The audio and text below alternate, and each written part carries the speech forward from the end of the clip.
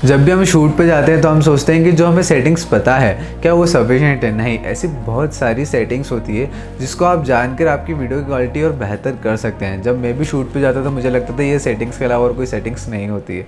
नहीं, ऐसा नहीं है। ऐसी बहुत सारी सेटिंग्स हैं। जब आप शूट पे जाते हैं, आप कोई सा भी कैमरा यूज़ कर रहे हो, आप शूट पे जाते हैं तो ये जो कॉमन सेटिंग्स है ये आपको पता होना चाहिए, जिससे आपकी वीडियो की क्वालिटी और बेहतर बने और वीडियो आपकी और अच्छी लगे। तो चलिए देखते हैं ऐसी कौन सी सेटिंग्स है जिससे हम हमारी वीडियो की क्वालिटी बेहतर कर सकते हैं। तो चलिए देखते हैं।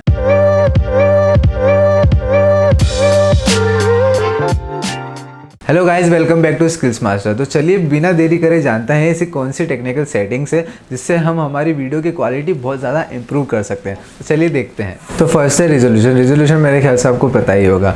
दो टाइप के रिजोल्यूशन है, एक तो 4K, एक 1080। तो जब भी आप क्लाइंट की रिक्वायरमेंट होती है कि नहीं हमें 4K में वीडियो चाहिए तो आप 4K में आराम से शूट कर सकते हैं। बट अगर नहीं, क्लाइंट की रिक्वायरमेंट इतनी नहीं है तो आप 1080 आपके लिए बेस्ट ऑप्शन है। बट डिपेंड करता है कि क्या होता है ना, कोई कैमरा में है ना 4K के ऑप्शंस नहीं होते। फॉर एग्जांपल आप में 4K के ऑप्शन है बट आप स्लो मोशन नहीं कर सकते। तो कुछ चीज़ें 4K में अवेलेबल नहीं है कुछ कैमराज में, बट आजकल सब कैमरा में रहती है। तो इसलिए दो टाइप के ही होते हैं, 1080 एंड 4K। अब इसके साथ एक आता है फ्रेम रेट का आपको हमेशा ध्यान रखना चाहिए। क्या होता है ना कि 4K में शायद आपको स्लो मोशन नहीं मिले क्योंकि वो फ्रेम रेट में वो शूट नहीं करता, बट 1080 में आपको वो फ्रेम रेट मिल जाए। यस, अगर आप 100 FPS में शूट कर रहे हैं या फिर 120 FPS में शूट कर रहे हैं तो 1080 में ये ऑप्शन आपको मेनली मिल जाएंगे। आप फ्रेम रेट का हमेशा ध्यान रखें। अगर आप स्लो मोशन कर रहे हैं, फ्रेम रेट का आपको पता होगा, फ्रेम रेट पर सेकंड, एक सेकंड में आपकी फ्रेम्स कितनी बन रही है। फॉर एग्जांपल एक सेकंड में 60 फ्रेम बन रही है तो उसको मैं स्लो मोशन नहीं कर सकता, बट वहीं एक सेकंड में मेरी 120 फ्रेम्स है, मतलब 120 इमेजेस को जोड़ के एक फ्रेम बनती हैं। तो 120 फ्रेम्स है तो उसको जोड़ के अगर आप एक फ्रेम बनाते हैं 120 FPS में तो स्लो मोशन आपको बहुत ज़्यादा अच्छा रहेगा। तो जब भी आप स्लो मोशन शूट करें तो ध्यान रखें कि जो आपकी फ्रेम रेट है, फ्रेम पर सेकेंड है, FPS है, वो 120 होना चाहिए या 100 होना चाहिए। बट आप स्टिल ले रहे हैं, फॉर एग्जांपल आप किसी का इंटरव्यू शूट कर रहे हैं या फिर कोई म्यूज़िक वीडियो शूट कर रहे हैं तो 50 MPS, 25-60 MPS ये आपके लिए सफिशिएंट है, आप उसमें शूट कर सकते हैं। प्लस ये तो आपने कुछ चीज़ें सेटिंग्स में चेंज कर दी, बट आप जब आप शूट कर रहे हैं तब आपको सेटिंग्स में भी आपको फ्रेम रेट का एक ऑप्शन मिलता है। 1-2 बहुत ज़्यादा तक रहता है, आप उसको 1000 पे ले आ सकते हैं, बट ऐसा नहीं है कि उसको 1000 तक ले जाने नहीं। अगर आप 50 पे शूट कर रहे हैं तो उसको 50 पे रखिए, 120 पे कर रहे हैं तो 120 पे रखिए, थोड़ा बहुत ऊपर नीचे कर सकते हैं। जब आप आउटडोर शूट करेंगे ना तब आपको कोई इसमें ज़्यादा चेंजेस नहीं दिखेंगे, थोड़ा लाइट के दिखेंगे।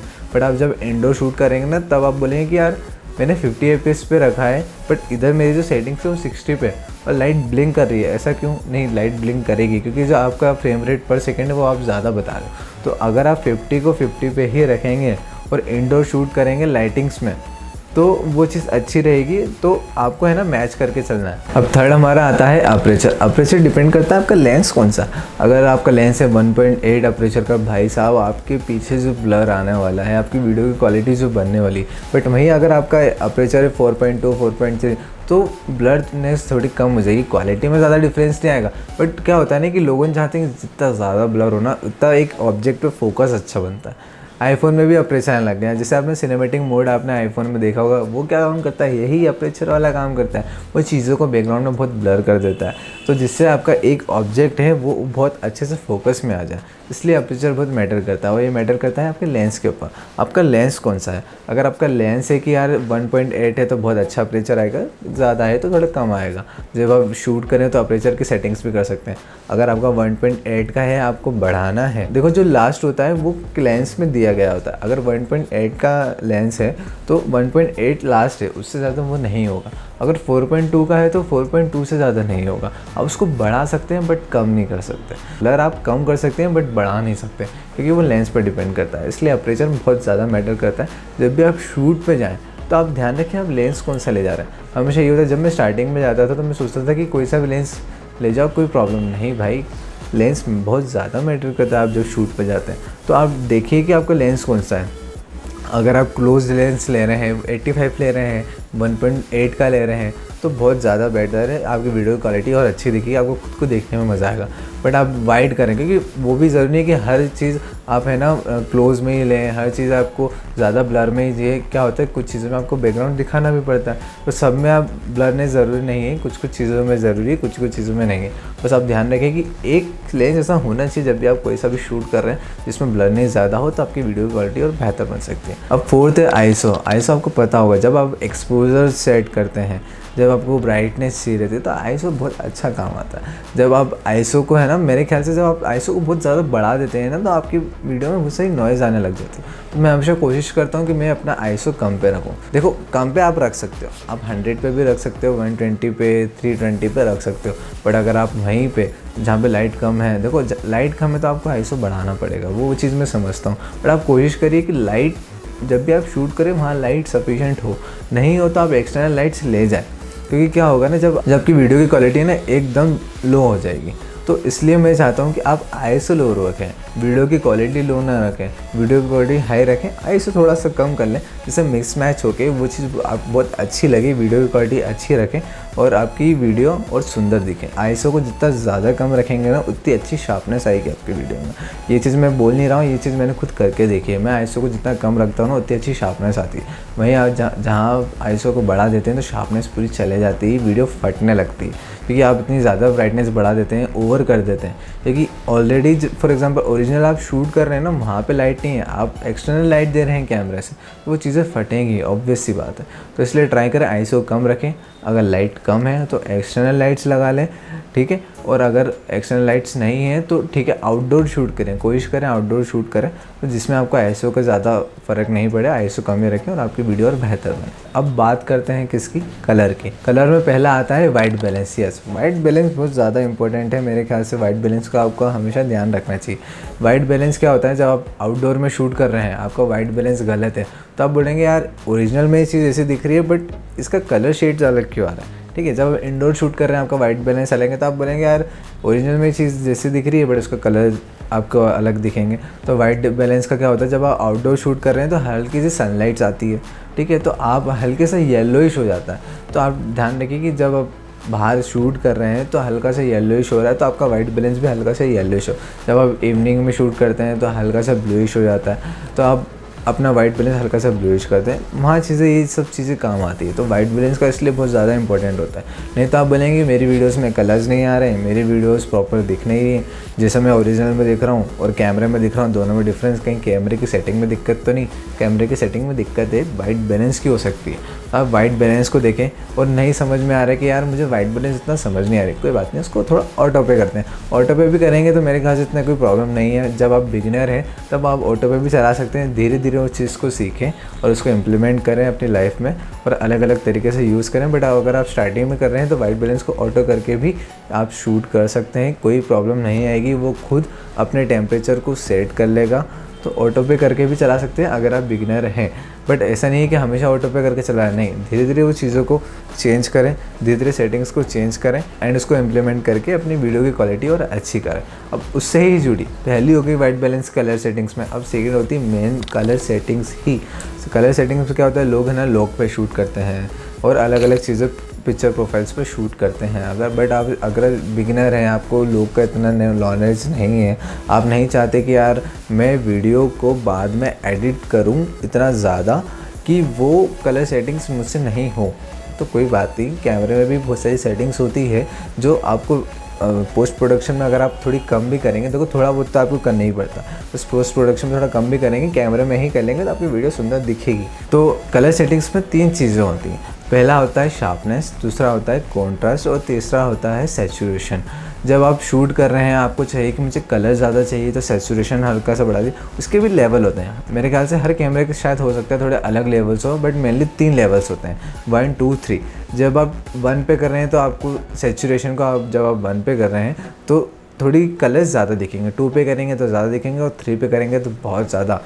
सब चीज़ों के जो कलर्स हैं वो प्रॉपर आपको दिखेंगे, ठीक है। बट आप चाहते हैं कि नहीं मुझे इतने ज़्यादा कलर नहीं चाहिए, मुझे कलर तो चाहिए बट इतने ज़्यादा नहीं है, तो 2 पे चला सकते हैं। मेरे ख्याल से 2 इज़ बेस्ट।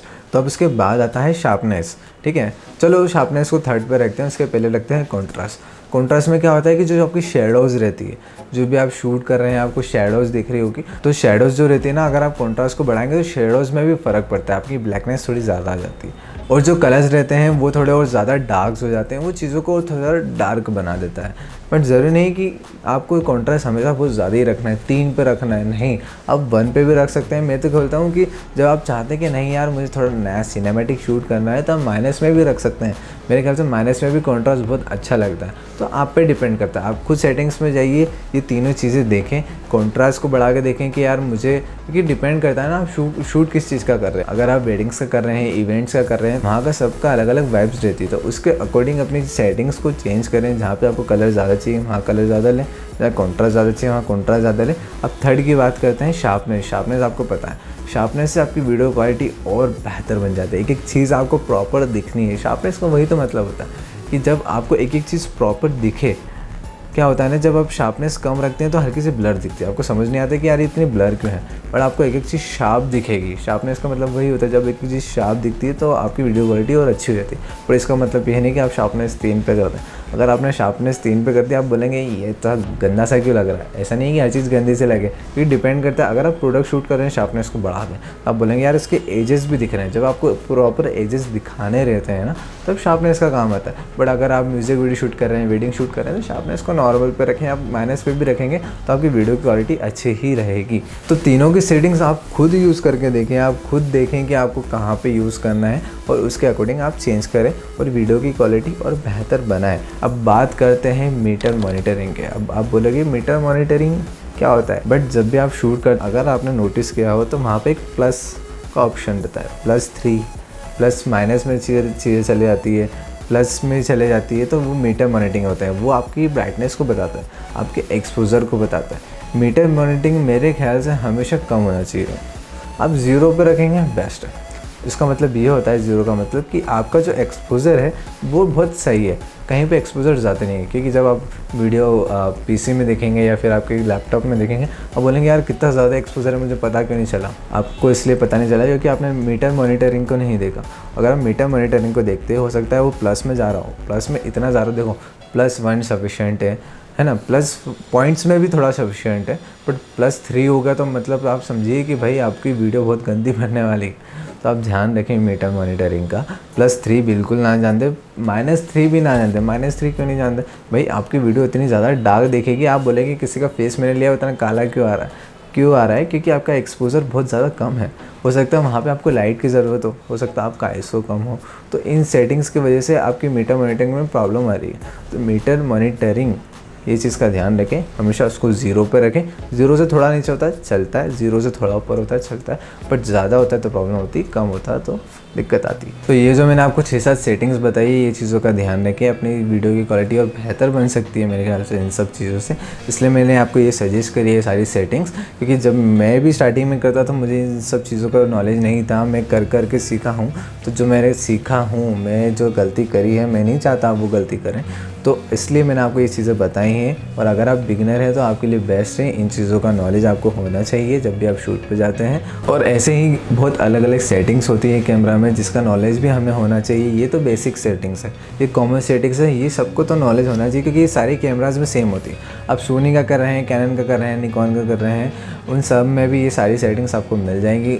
उन सब में भी आप ये सारी सेटिंग्स को करके अपनी वीडियो की क्वालिटी और बेहतर कर सकते हैं। और इसके एडवांस सेटिंग्स भी होती हैं, हम हमारी आने वाली वीडियोस में बताने वाले हैं कि और कौन कौन सी एडवांस सेटिंग्स होती है। अगर आप शूट करते हैं, ठीक है, अगर आप वीडियो शूट करते हैं, वेडिंग शूट करते हैं, और आपको जानना है कि आपको क्लाइंट्स कैसे मिले, तो हमारी ये वाली वीडियो देखें। इसमें आप देखेंगे कि आपको क्लाइंट्स कैसे मिलेंगे वीडियोग्राफी फोटोग्राफी के। वीडियो को शेयर कर लें, लाइक कर लें, सब्सक्राइब कर लें, अपने फ्रेंड के साथ शेयर करें जो शूट करने वाला है या जो इन सब चीज़ों में इंटरेस्ट रखता है, शूट करने में इंटरेस्ट रखता है। शायद हो सकता है उसे भी कॉमन चीज़ों का पता ना हो, तो उन्हें शेयर करें। और मिलते हैं नई वीडियो के साथ। नमस्कार।